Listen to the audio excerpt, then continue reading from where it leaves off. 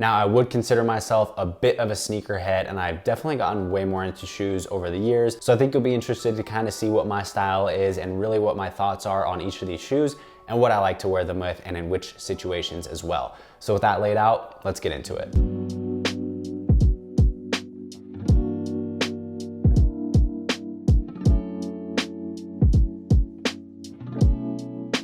Now, my first shoe that I'm gonna point out is the Chuck Taylor High 70s. Now, I really love these shoes, and a few years back, I probably honestly would not have even worn high tops at all.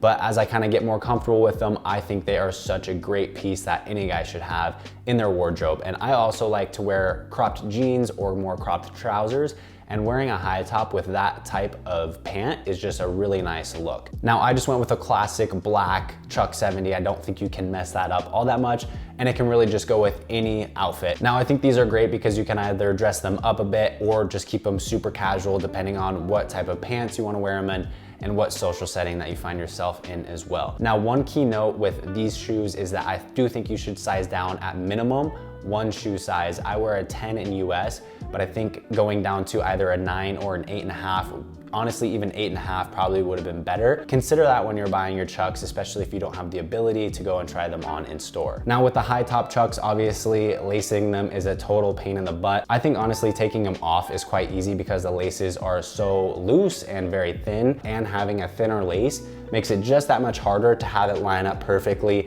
and not have any crossover or twisting or anything like that. All right, so now we're gonna keep it on brand with the Chucks, and I'm gonna go with the Chuck Low All-Stars white leather version. And the reason I went for leather over canvas is just because the canvas gets way too dirty quickly, and the leather version has held up so well. They're not quite as comfortable as the Chuck 70s, which I actually just learned this recently, which might be embarrassing to admit, but the Chuck 70s and All-Stars are different in the way of quality. So the Chuck 70s are much nicer in terms of the fabric, the stitching, and most importantly, the comfortability. So the soles are a little bit thicker, and the All-Stars are obviously a bit cheaper of a product, and the soles are a little thinner and not quite as comfortable. That being said though, I think the all white leather Chuck is a great piece to have. It goes with literally anything, and more times than not, if I don't know what to wear in terms of a shoe, I just pick this one because it looks so good and works every time. Now, I do think the shoe has held up really well over time, but I will probably need to replace the laces sooner than later, but that's a really easy fix. All right, next up is gonna be the Oliver Cabell Vegan 41s, and I love these because they look very similar to the Reebok Club C85s, which are super popular, and again, that is a timeless piece.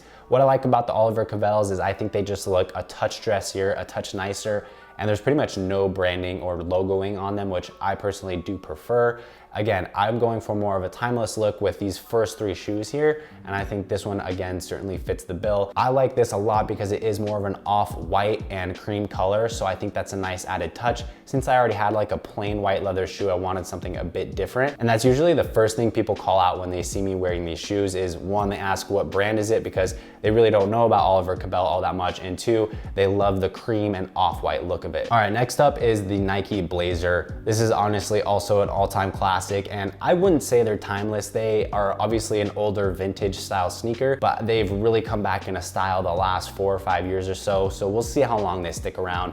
For me personally, they're like my all-time favorite gym shoe. And again, also just wearing this kind of high top with a crop trouser or pant looks really good. Now, I got these in two versions. I got it in an all white one that I Nike ID'd and put some nice little detailing on there, and then just the classic one that they mass produce. And this is the deep teal color. Now, I will say the difference between a Nike ID blazer and a regular blazer that you can just buy at $100 and the Nike ID one is $120 is the quality is ridiculously different. It's very comparable to the difference between a Chuck All-Star and a Chuck 70. So I didn't have to break in the Nike ID'd ones at all. Like, they didn't blister my feet. They were super comfortable. The laces are much nicer. The padding is way better. And then the other version is a lot more uncomfortable. So it was just really interesting to see that difference. And I really haven't heard anyone talking about that. So keep that in mind. Honestly, I would just pay the extra 20 bucks to customize whatever you want, and most importantly, have it be way more comfortable. Now, again, my biggest gripe with the Blazers is they are a total pain in the ass to put on. It's a nightmare, honestly. They take forever, and taking them off is equally as tough. And then further than that, just the break-in process, usually from like 2 to 3 weeks, the high back of your heel can get pretty torn up and blistered. So I would just say try to avoid it, and if you can't afford it, go pay the extra $20 to Nike ID your own. It's gonna take longer to get, but in my opinion, it's worth it. All right, next up is gonna be the Nike Panda Dunks. And like I said, I am a bit of a sneakerhead. So for me, this is personally a bit bulkier of a shoe, but I think it looks really good. And honestly, I'm pretty surprised. Like, I think they are quite a comfortable shoe, and I get it, you know, the Dunks are pretty overplayed. They have blown up in the past couple of years, and the Panda Dunks I think are still pretty hard to get. You have to try to get them on a drop. But overall, I think they are a really cool look, and that black and white is really nice to mix in with some outfits and is a standout piece. I always get comments on them. Unless you don't like the style, then I think they are a good pick for you. Okay, now I'm gonna mix in a sandal, and I'm gonna go with the Birkenstocks Arizona. And honestly, I was so apprehensive to get a pair of Birks. Like, I don't know what it is. Maybe it's because I lived in the Northwest for a while and a lot of people wear Birks there. It's just kind of like the hipster vibe. And additionally, I just always felt really uncomfortable wearing sandals, but let me tell you, definitely get yourself a pair of Birks. They are so insanely comfortable once you break them in, and I think they look really good. And especially in the summer, I'm just been shocked how versatile they are and how many different outfits I've been able to mix them in with. So I really love that. Obviously, you can wear them quickly out of the house, or if you wanna just wear it on a hot summer's day with a nice linen outfit, then I think they look so good as well. Okay, back to Nike. So I went with the Jordan Low SE Crafts, and I think this is an absolutely banging sneaker.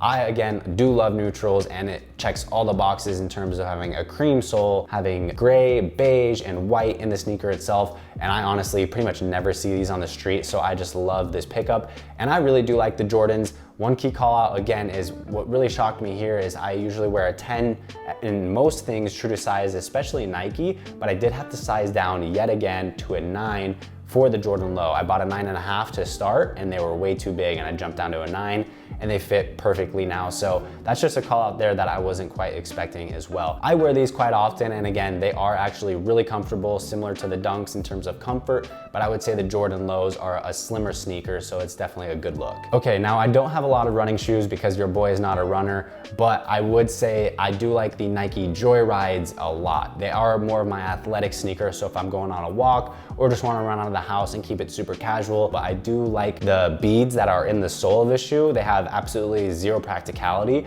but I think it is just a cool look.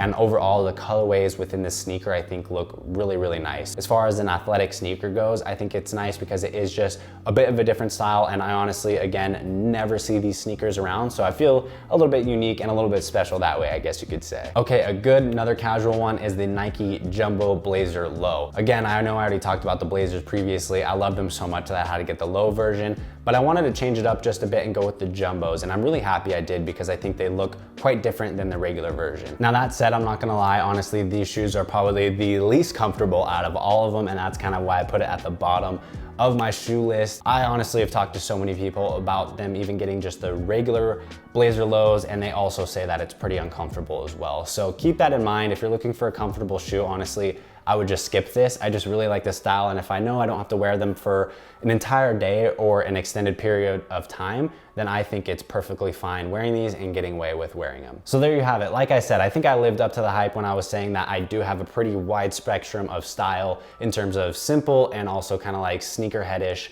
So that's kind of where I'm at right now. I do have other sneakers, but honestly, these are like my daily drivers if I had to describe them in any way. But go ahead and comment below which was your favorite sneaker out of this lineup, and let me know if you have anything similar, or maybe I forgot something and I should add that into my lineup too. So with that said, thank you guys so much for watching, and I'll see you on next week's video.